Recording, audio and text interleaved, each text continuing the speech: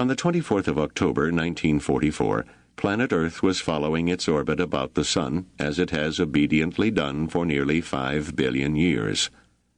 It moved at the stunning speed of 66,000 miles an hour, and in doing so created the seasons. In the northern hemisphere, it was a burnished autumn.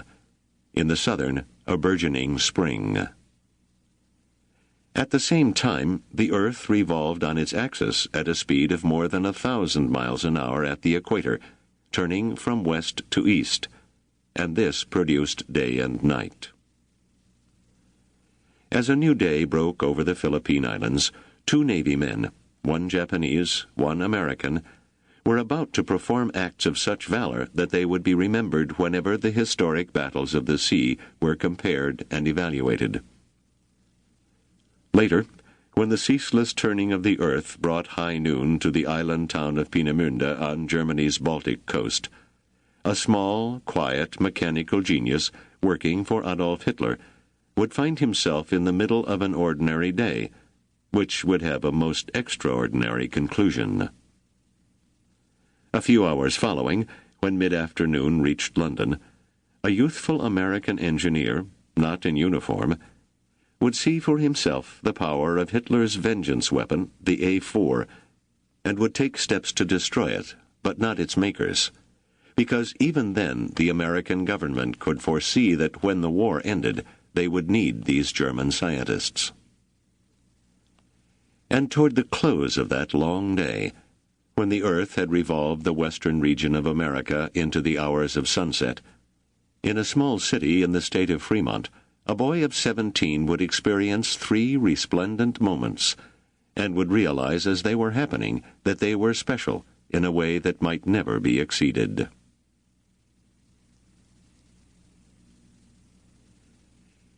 In the early afternoon of that October Tuesday, Stanley Mott, an American civilian, 26 years old, displayed a sense of almost frantic urgency as he watched the radar screen at a tracking station 13 miles south of London.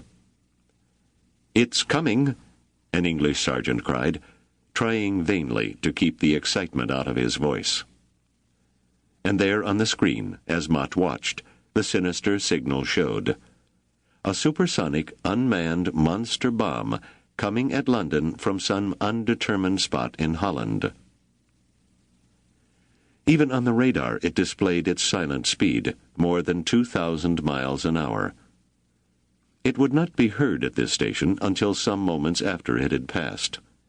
Then sonic booms would thunder through the air, reassuring the listeners that this bomb at least had passed them by. "If you hear it," the sergeant explained to Mott, "it's already gone." In the fragile moments of final silence, everyone in the room listened intently for the tremendous sound which would indicate that the rocket bomb had struck, and sensitive devices were pointed toward London. Crash! The bomb had fallen. The listeners turned antenna to new directions, and soon an ashen-faced young man from Oxford University announced, "The heart of London, but I do believe east of Trafalgar Square." "Hurry," Mott snapped. And within 3 minutes, he and the Oxford man and a driver were speeding toward London, with a set of red cards showing on their windshield, allowing them to pass roadblocks and salute policemen who barred certain thoroughfares. "Bomb squad," the Oxford man called as the car sped past. This was not exactly true. He and Mott were not qualified to defuse unexploded bombs, as the real squad did. They collected data on the damage inflicted by these new and terrible bombs, which Hitler was throwing at London in what he boasted was our act of final revenge. From the manner in which confusion grew as the car approached the area leading to Trafalgar Square, it was apparent that the trackers had been correct. The rocket had landed in the vicinity, but well to the east. This was confirmed when Warden shouted, "It landed in the city."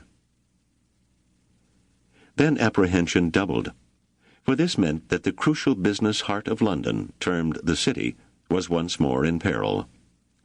The Bank of England, St. Paul's, the Guildhall, from which Churchill spoke. How Hitler would gloat if his spies wirelessed tonight that one of these enticing targets had been struck. How smug Lord Haw-Haw would sound as he ticked off the losses on the midnight radio.